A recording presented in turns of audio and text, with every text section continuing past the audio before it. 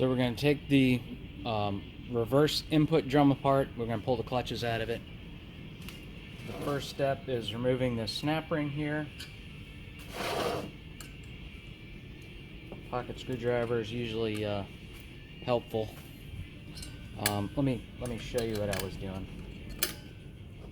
So I found the end of the snap ring, and I'm a little off the end of it. I'm about 1 tab loose, and I put it behind the snap ring right here, and then start to pry it out. Okay, and as I lift it up, I'm putting a finger under it and guiding the snap ring up and out of the housing. So I got my fingers are behind it, and all I got to do is lift on it, and it'll come right out. Okay. Turn it over, and we got the apply plate. We have a friction. Looks a little discolored around the edges, but not hateful. Steel, other friction, steel, friction, steel, and so forth, until you get down to this last little hoo-ha, which is not a steel. This is in fact a Belleville plate, or a wave plate. This is a Belleville plate though. Wave plates are wavy. This one, it's kind of hard to see it, but it's not flat. It's conical.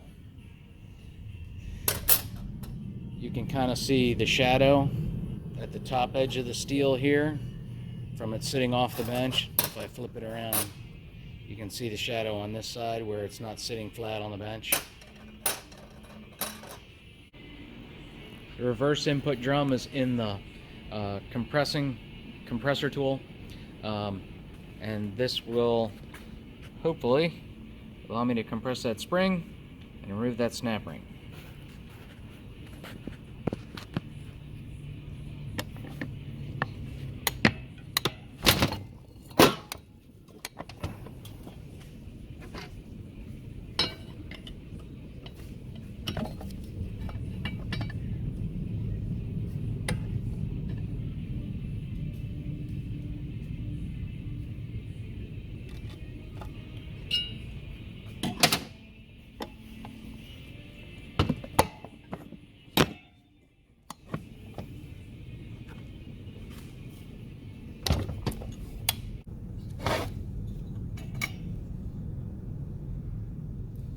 That's the spring assembly. Got the piston in here. You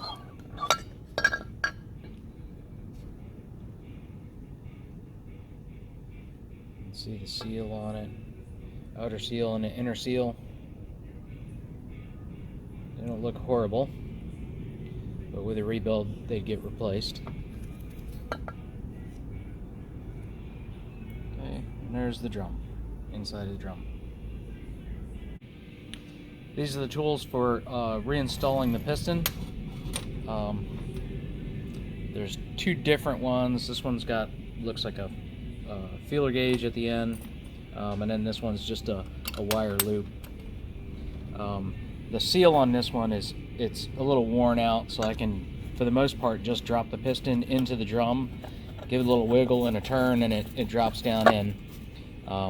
That is not how it works with a new seal. It would get stuck about halfway down, and this is the tool I prefer.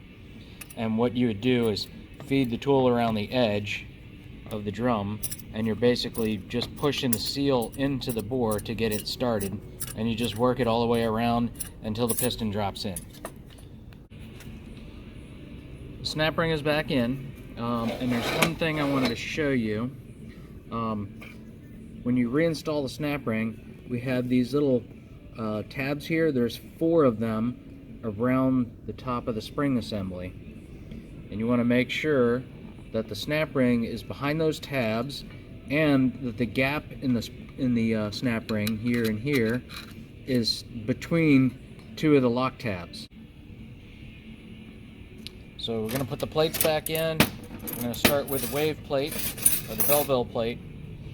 I'm going to install that so the cone end is facing up.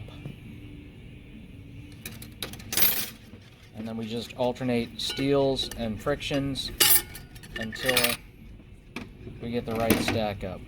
There's a friction. I'm putting the friction and the steel in at the same time.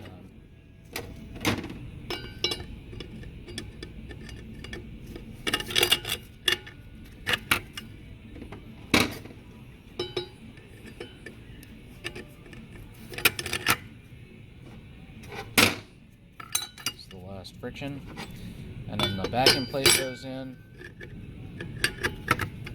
Okay, and then lastly the snap.